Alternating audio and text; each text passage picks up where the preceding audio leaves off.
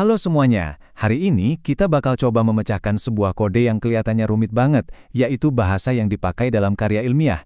Anggap aja ini semacam panduan biar kita bisa ngobrol dengan efektif di dunia akademik. Ini tuh bukan soal bikin ribet, tapi soal gimana caranya kita menguasai alat komunikasi yang super presisi. Pernah nggak sih, lagi baca jurnal atau skripsi, terus pusing sendiri? Kalau iya, tenang, Anda nggak sendirian kok. Kita semua pasti pernah ngalamin. Baca kalimat yang panjangnya minta ampun, istilahnya aneh, strukturnya kaku. Rasanya tuh kayak lagi baca bahasa planet lain. Padahal ya, ini kan masih bahasa Indonesia. Nah, yuk kita cari tahu kenapa bisa begitu.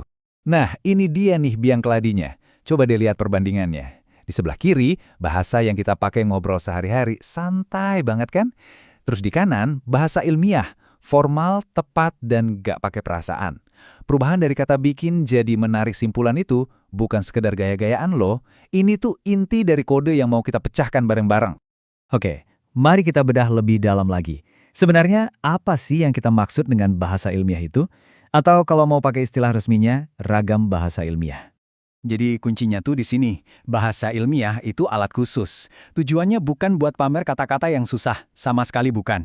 Tapi tujuannya adalah untuk memastikan setiap ide, setiap gagasan itu tersampaikan dengan akurasi setinggi mungkin. Jadi nggak ada lagi tuh ruang buat salah tafsir dan semuanya bisa dipertanggungjawabkan.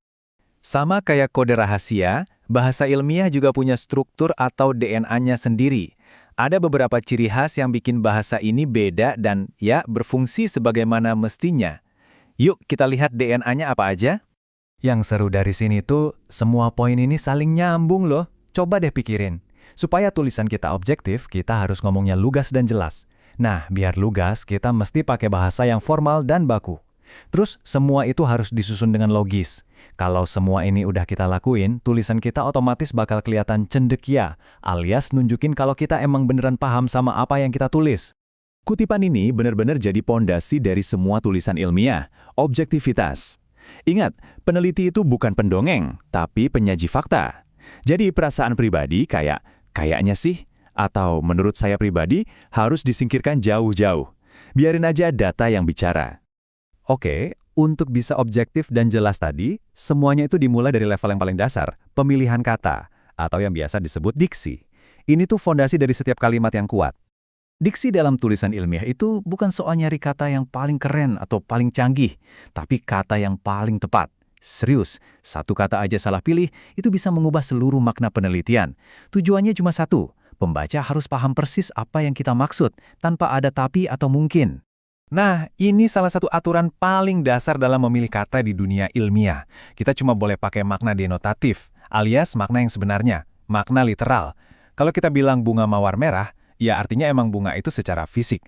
Tapi kalau kita bilang bunga desa, nah itu kan kiasan, yang maknanya bisa macam-macam, melibatkan perasaan. Ambiguitas kayak gini nih yang harus dihindari banget. Ini contoh praktisnya. Ini bukan soal bikin tulisan jadi kaku ya. Tapi coba bayangin, kalau kita pakai kata pasien, semua peneliti dimanapun bakal paham maksudnya sama. Beda sama orang sakit, yang bisa jadi lebih ambigu. Nah inilah gunanya formalitas, yaitu sebagai standar komunikasi biar semua orang di dunia akademik sepemahaman. Kalau kata-katanya udah pas, langkah berikutnya adalah merangkai kata-kata itu jadi kalimat yang efektif. Wah, ini seni tersendiri. Seni menyederhanakan tanpa mengurangi makna sedikit pun. Kuncinya ada di sini. Hemat kata dan fokus pada satu gagasan utama.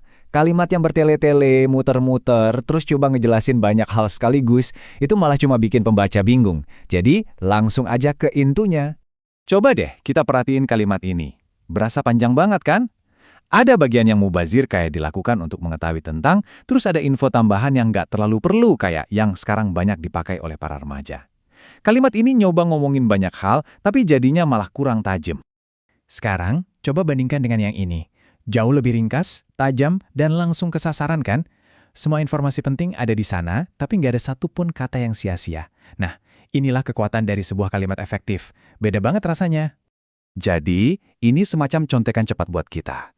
Pastikan kalimatmu punya subjek dan predikat yang jelas, idenya masuk akal, nggak boros kata, dan pakai pilihan kata yang tepat yang udah kita bahas tadi. 4 syarat ini adalah pilar buat tulisan yang kuat dan gampang dimengerti.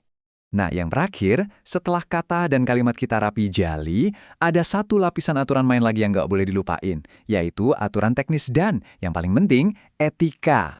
Tanda baca itu bukan cuma hiasan loh, salah taruh koma aja itu bisa mengubah seluruh makna kalimat. Dan soal sitasi atau kutipan, ini udah menyangkut integritas. Mengutip sumber dengan benar itu artinya kita menghargai kerja keras orang lain, dan nunjukin kalau argumen kita itu dibangun di atas fondasi yang jujur. Kalau ini diabaikan, wah, bisa kena tuduhan plagiarisme yang serius. Wah, kutipan ini keren banget ya, merangkum semuanya dengan indah. Cara kita menulis itu mencerminkan cara kita berpikir dan integritas kita sebagai seorang akademisi. Bahasa yang jernih itu cerminan dari pikiran yang jernih dan etika yang kuat. Jadi, inilah kesimpulannya.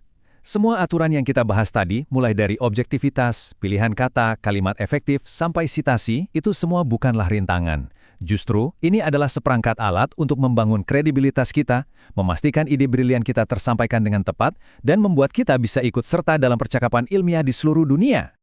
Nah, pertanyaannya sekarang kembali ke Anda. Setelah kita memecahkan kode ini bersama-sama, apakah Anda merasa lebih siap untuk menuangkan ide-ide besar Anda ke dalam tulisan yang nggak cuma cerdas, tapi juga jelas, kredibel, dan bisa membawa pengaruh? Selamat mencoba!